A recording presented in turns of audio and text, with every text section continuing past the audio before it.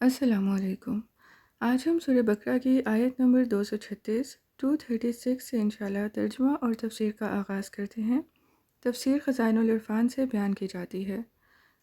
ثواب جاریہ کے طور پر ویڈیو کو لائک اور شیئر کر دیں اور چینل کو سبسکرائب کر دیں تاکہ ہم مل کر قرآن پاک سیکھنے کی کوشش کر سکیں۔ اعوذ باللہ من الشیطان الرجیم، بسم اللہ الرحمن الرحیم۔ لا جناح علیکم ان طلقتم النساء ما لم تمسوهن او تفریضوا لهن فریضة ومتعوهن على الموسع قدره وعلى المقتر قدره متاعا بالمعروف حقا على المحسنین۔ There will also be no sin on you if you divorce the wedlocked women even before touching them or fixing their door. Then, in this case, provide for them appropriately. It is an obligation for the rich according to his means, and for the poor according to his means. In any case, this provision must be made in a becoming manner.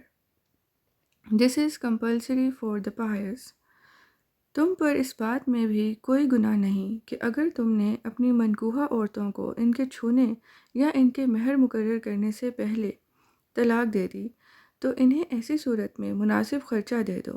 وسعت والے پر اس کی حیثیت کے مطابق لازم ہے اور تنگ دست پر اس کی حیثیت کے مطابق۔ بہر طور یہ خرچہ مناسب طریق پر دیا جائے، یہ بھلائی کرنے والوں پر واجب ہے۔ یہ آیت ایک انصاری کے باب میں نازل ہوئی جنہوں نے قبیلہ بنی حنیفہ کی ایک عورت سے نکاح کیا اور کوئی مہر معین نہ کیا، پھر ہاتھ لگانے سے پہلے طلاق دے دی۔ اس سے معلوم ہوا کہ جس عورت کا مہر مقرر نہ کیا ہو اگر اس کو ہاتھ لگانے سے پہلے طلاق دی تو مہر لازم نہیں۔ ہاتھ لگانے سے مجامعت مراد ہے اور خلوت صحیحہ اسی کے حکم میں ہے۔ یہ بھی معلوم ہوا کہ بے ذکر مہر بھی نکاح درست ہے، مگر اس صورت میں بعد نکاح مہر معین کرنا ہوگا، اگر نہ کیا تو بعد دخول مہر مثل لازم ہو جائے گا، اور جس کی جتنی استطاعت ہو اس پر اس لحاظ سے مہر لازم ہے۔ وَإِن طَلَّقْتُمُوهُنَّ مِن قَبْلِ أَن تَمَسُّوهُنَّ وَقَدْ فَرَضْتُمْ لَهُنَّ فَرِيضَةً فَنِصْفُ مَا فَرَضْتُمْ إِلَّا أَن يَعْفُونَ أَوْ يَعْفُوَ الَّذِي بِيَدِهِ عُقْدَةُ النِّكَاحِ وَأَن تَعْفُوا أَقْرَبُ لِلتَّقْوَىٰ وَلَا تَنسَوْا الْفَضْلَ بَيْنَكُمْ إِنَّ اللَّهَ بِمَا تَعْمَلُونَ بَصِيرٌ۔ And if you divorce them before you have touched them, after you have fixed a door for them, then paying half of the door you have fixed is necessary, unless they forego their right themselves, or the husband in whose hand is the marriage tie forgoes, that is, pays more than half or full. And, O male folk, if you forego, that is closer to godwariness. And never forget extending generosity and behaving excellently towards each other, even in these moments of stress and strain. Verily, Allah observes well what you do. اور اگر تم نے انہیں چھونے سے پہلے طلاق دے دی، درحال یہ کہ تم ان کا مہر مقرر کر چکے تھے، تو اس مہر کا جو تم نے مقرر کیا تھا نصف دینا ضروری ہے، سوائے اس کے کہ وہ اپنا حق خود معاف کر دیں یا وہ شوہر جس کے ہاتھ میں نکاح کی گرہ ہے معاف کر دے، یعنی بجائے نصف کے زیادہ یا پورا ادا کر دے۔ اور اے مردو، اگر تم معاف کر دو تو یہ تقویٰ کے قریب تر ہے، اور کشیدگی کے ان لمحات میں بھی آپس میں احسان کرنا نہ بھولا کرو، بے شک اللہ تمہارے اعمال کو خوب دیکھنے والا ہے۔ جس عورت کا مہر مقرر نہ کیا ہو اور اس کو قبل دخول طلاق دی ہو تو اس کو آدھا مہر دینا ضروری ہے۔ اگر وہ چاہے تو اپنے اس نصف میں سے بھی معاف کر سکتی ہے، اور اگر شوہر چاہے تو اس نصف سے زیادہ یا پورا بھی ادا کر سکتا ہے۔ حسن سلوک اور مکارم اخلاق کی ترغیب دی گئی ہے۔ حافظوا علی الصلوات والصلاة الوسطی وَقُومُوا لِلَّهِ قَانِتِينَ. Guard strictly all the prayers, especially the middle prayer, and stand before Allah as an epitome of submissiveness and lowliness. سب نمازوں کی محافظت کیا کرو اور بالخصوص درمیانی نماز کی، اور اللہ کے حضور سراپا ادب اور نیاز بن کر قیام کیا کرو. یعنی پنجگانہ فرض نمازوں کو ان کے اوقات کار پر ارکان اور شرائط کے ساتھ ادا کرتے رہو.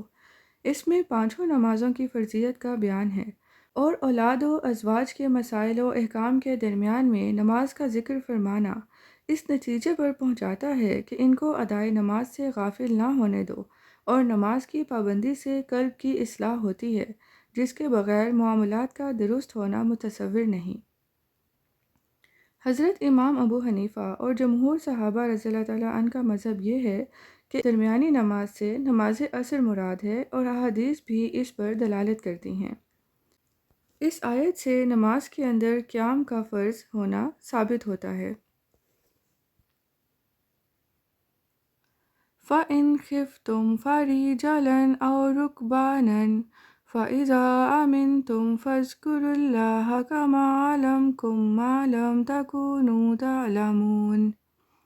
Should you be in a state of fear, then do offer prayer, whether on foot or whilst riding, as the case may be.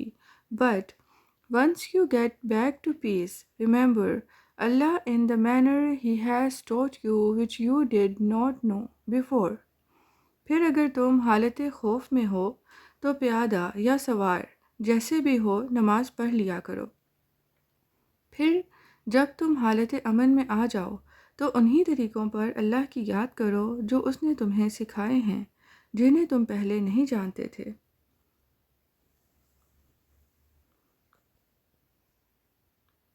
وَالَّذِينَ يُتَوَفُّونَ مِنْكُمْ وَيَذَرُونَ أَزْوَاجًا وَصِيَّةً لِأَزْوَاجِهِمْ مَتَاعًا إِلَى الْحَوْلِ غَيْرَ إِخْرَاجٍ فَإِنْ خَرَجْنَ فَلَا جُنَاحَ عَلَيْكُمْ فِيمَا فَعَلْنَ فِي أَنفُسِهِنَّ مِن مَّعْرُوفٍ وَاللَّهُ عَزِيزٌ حَكِيمٌ.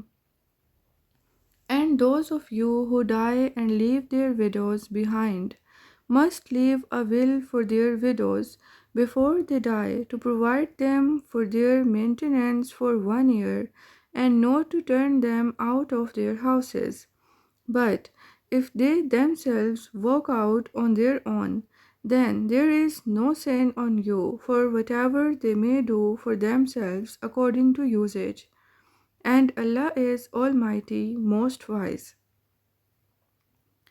اور تم میں سے جو لوگ فوت ہوں اور اپنی بیویاں چھوڑ جائیں، ان پر لازم ہے کہ مرنے سے پہلے اپنی بیویوں کے لیے انہیں 1 سال تک کا خرچہ دینے اور اپنے گھروں سے نہ نکالے جانے کی وصیت کر جائیں.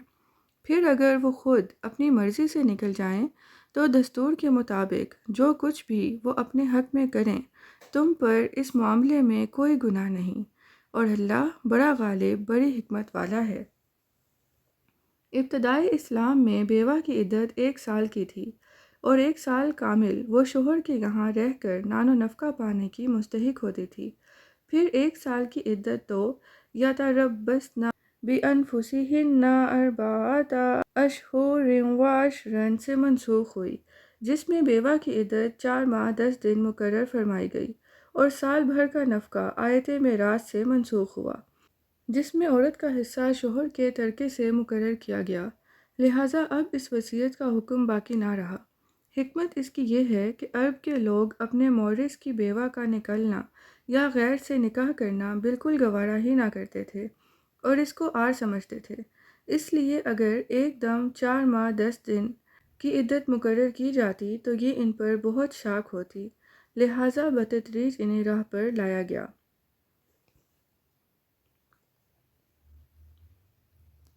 وَلِلْمُطَلَّقَاتِ مَتَاعٌ بِالْمَعْرُوفِ حَقًّا عَلَى الْمُتَّقِينَ. And the divorced women must also be provided with maintenance according to what is fair. This is compulsory for the pious. اور طلاق یافتہ عورتوں کو بھی مناسب طریقے سے خرچہ دیا جائے، یہ پرہیزگاروں پر واجب ہے۔ كَذَلِكَ يُبَيِّنُ اللَّهُ لَكُمْ آيَاتِهِ لَعَلَّكُمْ تَعْقِلُونَ. Thus Allah makes His commandments clear to you so that you may understand. اسی طرح اللہ تمہارے لیے اپنے احکام واضح فرماتا ہے تاکہ تم سمجھ سکو۔ صدق اللہ العظیم۔